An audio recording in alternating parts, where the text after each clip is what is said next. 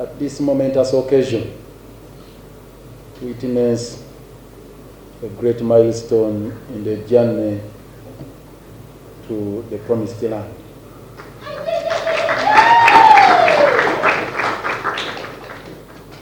In my religion, we say Alhamdulillah. And for the Christians, Ebenezer. We say Ebenezer. Indeed, the Lord has been great, has been good to us all. Surviving during these turbulent times is something we owe to divine intervention. And we need to celebrate it. That we have lived, that we have been lucky, we have lived to see this historic moment in the journey to where we want to go. I'd like to salute the colleagues in ANT for the goodwill they have exuded, for all the commitment they have shown and demonstrated to this call. Indeed, it is a response, one, to the public outcry that we need to galvanize our efforts. We need to move in a single file. We need to bring all the troops together and fire in the same direction. I am glad that today, this morning, we are responding to that call from the public. It's also a call, rather it's also a response to the dictates of the Constitution. You will agree with me. Our constitutional document is now a horror. It has so many illusory provisions which would only operate in an ideal situation. We have a constitution, I need not mention this, which has since been abrogated. So we are operating in an environment where we have a constitution but no constitutional order. That is a paradox. So the Constitution commands in Article 3, and that's what the framers envisaged. Once you find yourself in that kind of situation, it's a duty of everybody. It's a command to everybody. It's a responsibility of all of us, the able-bodied Ugandans who are above, who are of majority age, to do whatever within our means to deal with that situation. And in a concerted manner, concerted and joint network. So I'm glad we're responding to that constitutional command. It's not only imposed on us who are assembled here, but all Ugandans of majority age. It's a call that is being made to us. Allow me also salute our patriarch at PFF, retired Colonel Dr.Besigye, in championing all these efforts.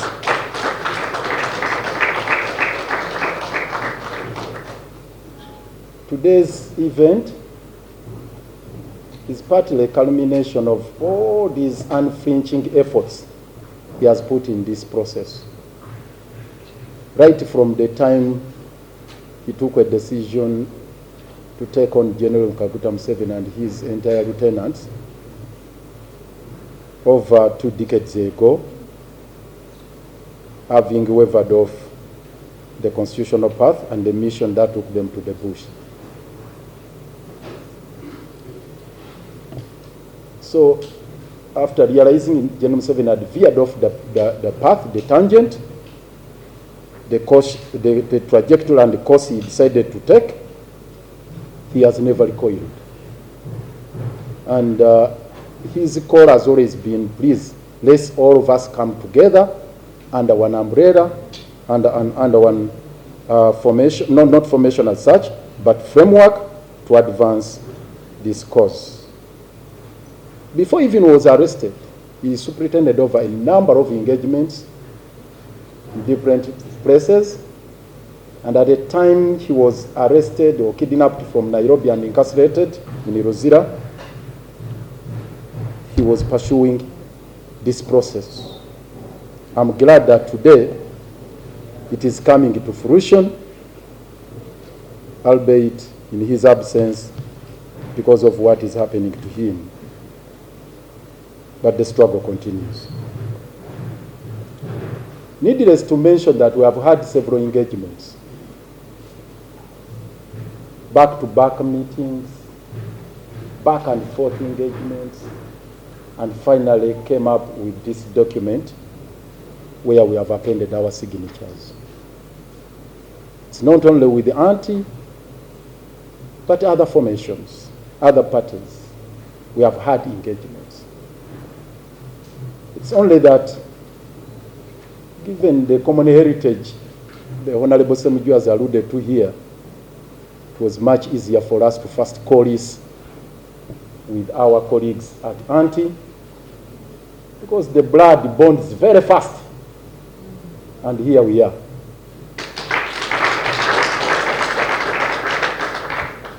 We are quite hopeful and optimistic that the journey will continue for you. It's the first concrete step towards a complete reunion of the two formations or entities, and perhaps other like-minded forces which we are still talking to. We have agreed to work on two fronts. One, to continue with the non-violent defiance struggle to dismantle the Museveni hegemony and take power back to the people. We know the foundation and cornerstone of our Constitution is the will of the people. Unfortunately, the will of the people, as you all know, has since been hijacked by family rule. And this family rule is getting entrenched by the day. Therefore, the need for us to step up the measures we have to undertake to bring it down. So we will continue with the civic action at all levels to ensure that the family rule is once and for all is dismantled, and that the people of Uganda regain their sovereign authority as envisioned in the preamble and other provisions of the Constitution of the Republic of Uganda. The second front is about the electoral processes, because we have the 2026 campaigns around, elections around the corner. And it's our understanding that this joint platform we have assembled, we have established, will offer us the gravitas that we need to take on the forces, the vicious forces that captured the state, together with all the institutions of the state.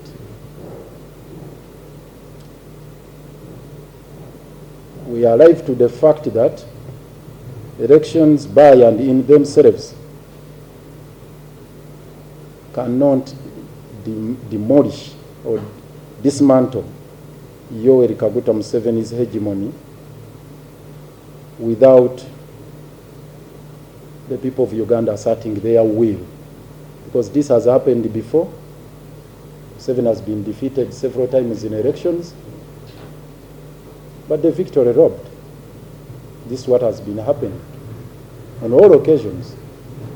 So in addition to getting into the electoral processes or participating in this election,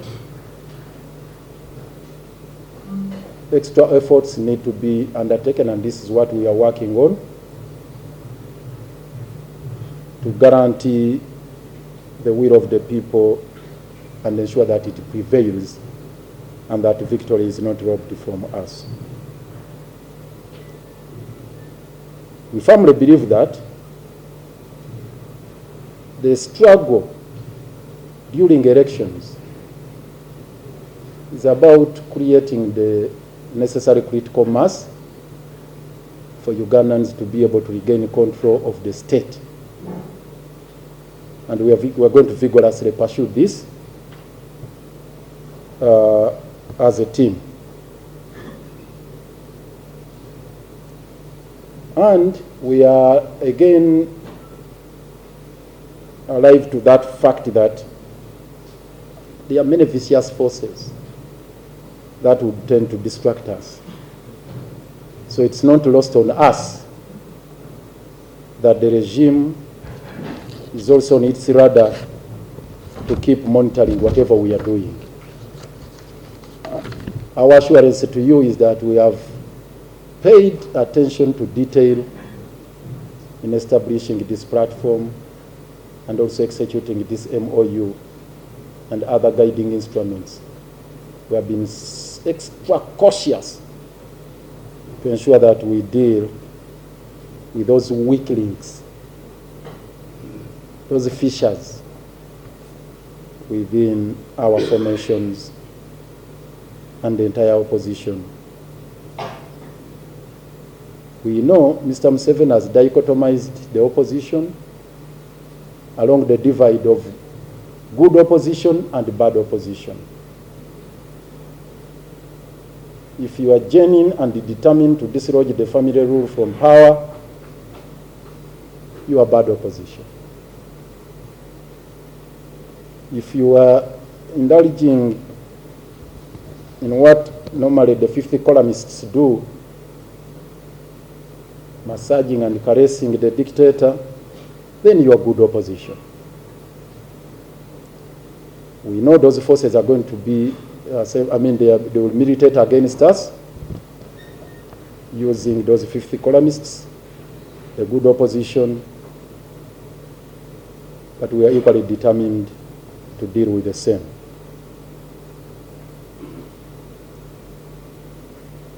Violence is the order of the day. We know this. Violence is what Mr. Museveni has mastered to control power. It has now reached a point where it does not use the conventional military apparatus or security organs, but also militias, the goons. So as we assemble this morning and execute this MOU and prepare to take on the junta, bear in mind that we are going to face off with the militias, with the goons. You know, when you are dealing with a criminal state, everything is possible. So what we are dealing with today is a criminal state. These marauding criminals you saw on the streets, we want to emphasize they are well trained, they are facilitated, and they are unleashed by the state to the citizenry. For us, we believe in a non-violent struggle. No amount of provocation is going to drag us into violence. But make no mistake to assume that we are going to turn the other cheek. No. Get prepared to take the bull by the horns. We want to send a strong message to General Kaguta Museveni that the troops we are assembling are ready to take on the forces they are bringing. And as much as we do not want bloodshed again in this country, but we are determined to push back under all circumstances.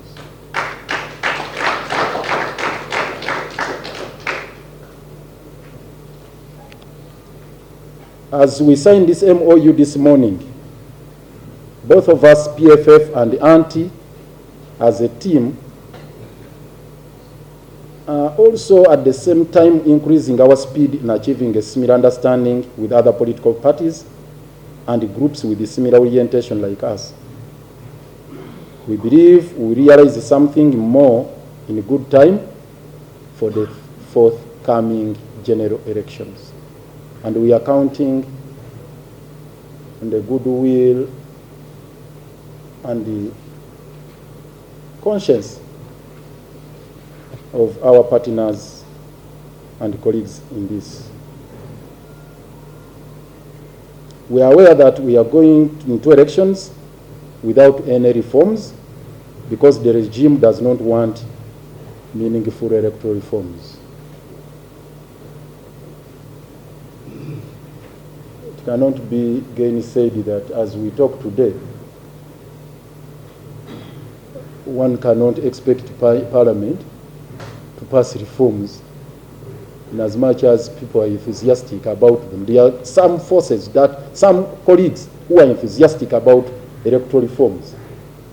But if we are in July and the nominations are in September, and some of the reforms may require even a referendum, because the meaningful reforms you would want would definitely have to touch on what they call some of the entrenched provisions in the Constitution. Unfortunately, there's no time for those reforms. We are alive to that fact. So we are going into this as is. Let us not be duped by the Mao reforms, where he's talking about use of biometrics or biometric machines.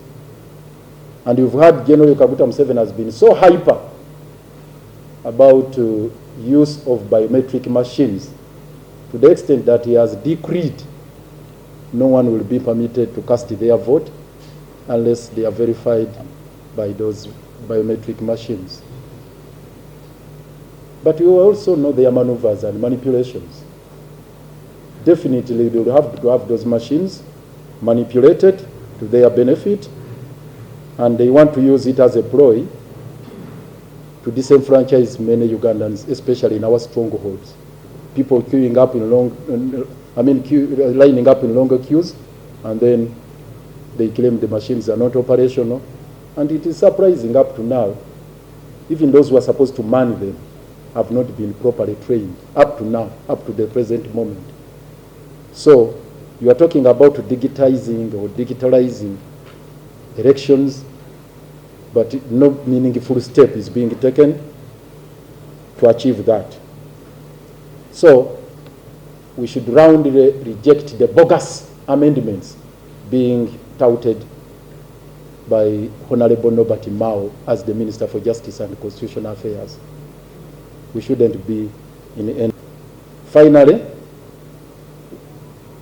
Museveni has already started orchestrating violence, and you should keep your antennas high.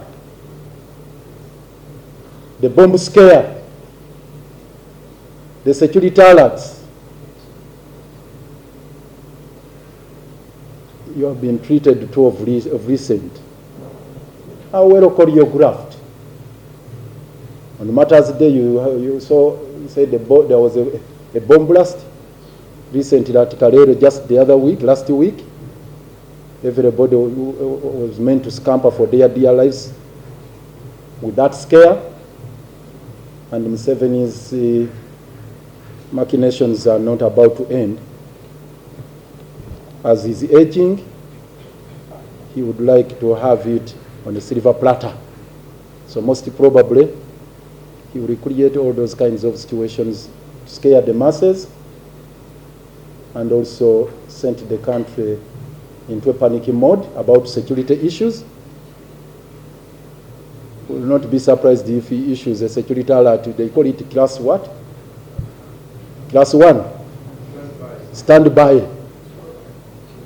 And then a state of emergency most probably will have to be declared to ensure that there is no free and fair competition. Because what he fears is public